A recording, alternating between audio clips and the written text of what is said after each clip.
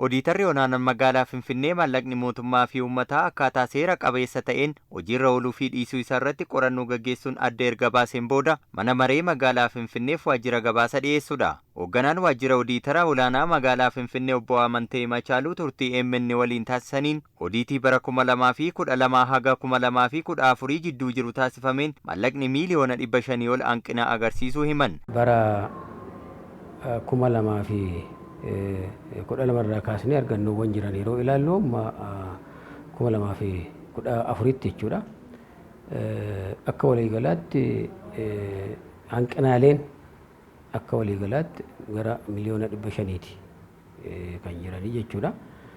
Isaan kana keessaa dhibbeentaa 88 kan qabatee jiru herrega walitti qabamaa fi kaffalamaadha. Baasii seeraan alaa irrattis argannoon jiraachuu ibsan obbo Amanteen.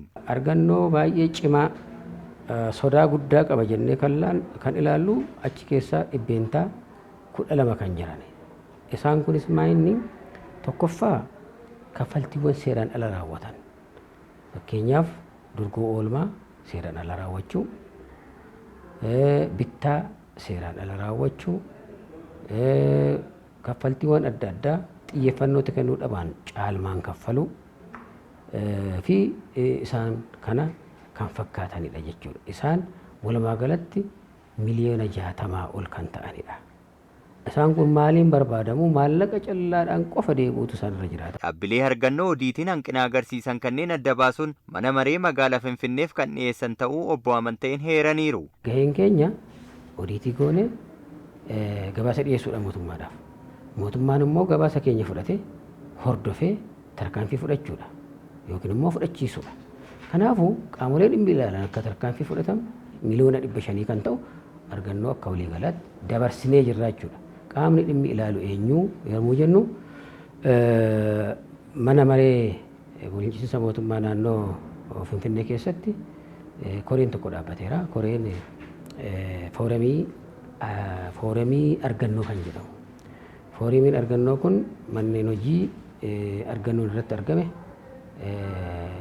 manni hojii keenya adda baasee yeroo dhiyeessuuf sirriitti qoratee tarkaanfii fudhachuu yookiin immoo tarkaanfii fudhachiisuudha jechuudha. Hojii hojjetame kanaan maallaqa ragaa malee kanfalamee fi baasii seeraan ala ba'eerraa birrii miiliyoonni 11 mootummaaf deebi'eera kan jedhan obbo Amanteen waajjiraaleen durgoo fi mindaa seeraan alaa kanfalan jiraachuu odiitii taasifameen adda baasuu isaanii obbo Amanteen ibsaniiru. Durgoo seeraan alaa kanfalame keessa waajjiraalee gurguddaan gahee guddaa qaban as keessa ni jiru. Ejeensii galmee fi qabiyyee lafaa kan jedhamu nama maallaqa guddaadha achi keessaa gahee kan qabu jechuudha. Naannoo miiliyoona 11ti ture. Kana keessaa gahee guddaa kan qabusa. Mindaa seeraan alaa kan kaffale aadaa fi turizimiin adda bahee jira. Bittaa seeraan alaa biiroo dhimma hawaasummaa fi koomishinii ispoortii isaan kun gahee guddaa qabu achi keessaa jira. Maallaqa guddaan isaan harka jira. Yeroo dhiyoowaas dhaabbilee hedduun hojiin isaanii odiitii akka ta'uuf fedhii agarsiisaa jiraachuu kan himan obbo Amanteen kanneen ammallee fedhii hin qabne jiru jedhan.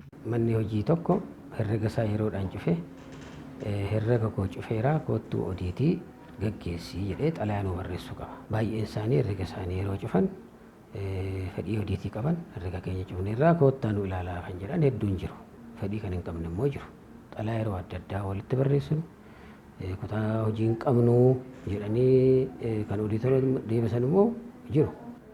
Kana fakkeenyaaf kaasuudhaaf biiroo bulchiinsaaf nageenya magaalaa Finfinnee fudhachuu ni danda'a. Waajjirri odiitara olaanaa magaalaa Finfinnee bara 2016 dhaabbilee magaalattii keessatti argaman 172 irratti odiitii gaggeessuuf sochii taasisaa jiraachuu beeksiseera.